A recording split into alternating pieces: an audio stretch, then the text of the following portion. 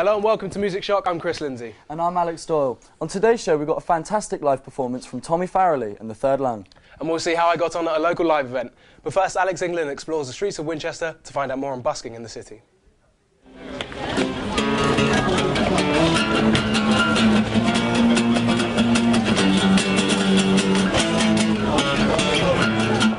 Winchester's busking culture is widely recognised as one of the most affluent in the country, with musicians from as far away as the Isle of Wight flocking here to set up camp and start playing. This is largely due to the fact that unlike many places, you don't actually need a licence to stand in the middle of town and start singing. Just about anyone can do it. The town is a very cultural place and very few days are quiet, with buskers on every other corner entertaining members of the public. The type of music ranges from acoustic to electric guitars to drums and all other types of instruments.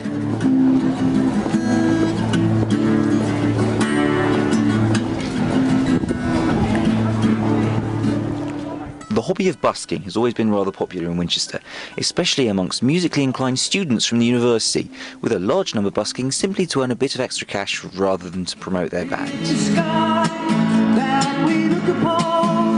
Nonetheless, there are still plenty of bands who travel down with the hope of spreading their name to a wider audience.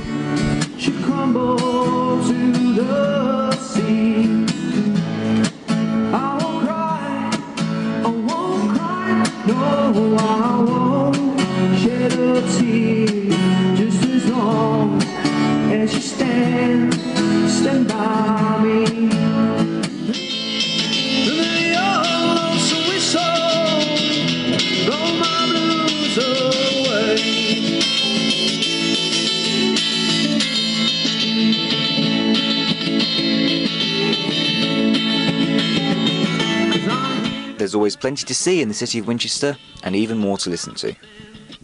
I ain't seen the sunshine since I don't know when, but I'm stuck in a Folsom prison, and time keeps dragging on.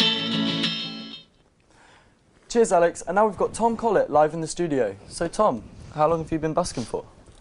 Seriously, I've been busking roughly about 2 years. Did a little bit back home, but obviously you need the licence, so just getting shifted on quite a lot, but definitely taking it a lot more serious since I've been at Winchester. Okay. Nice. So what made you start busking? Why did you do it? Just an extra bit of money, I guess, really. I mean, you can't rely on obviously all the money you get, so a bit of busking in between helps you get through it, sort of thing. So what sort of music do you play?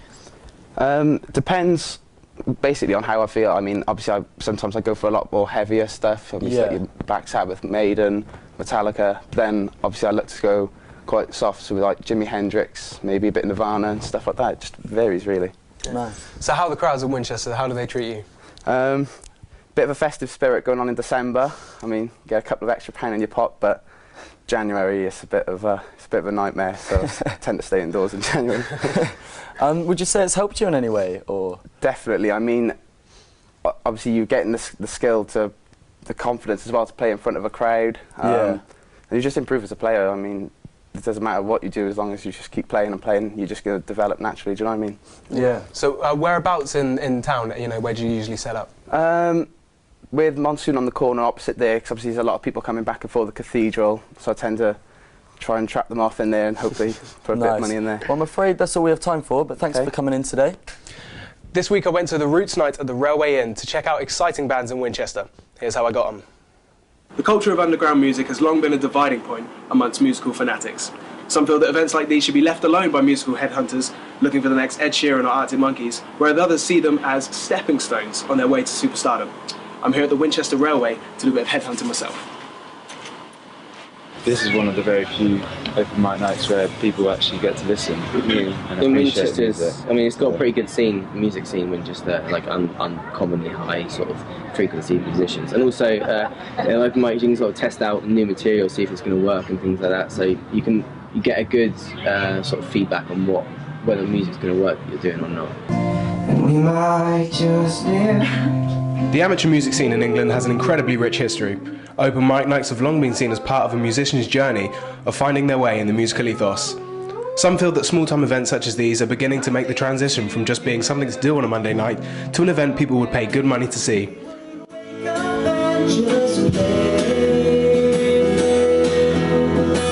In Winchester, there's an underground music scene. It's a small university town, and it's kind of hard for any kind of newcomer to find any kind of good musical influence in Winchester. But it is here. It's just kind of bubbling underground a little bit. So you need to look for it in Winchester. It is there, but you just need to look for it.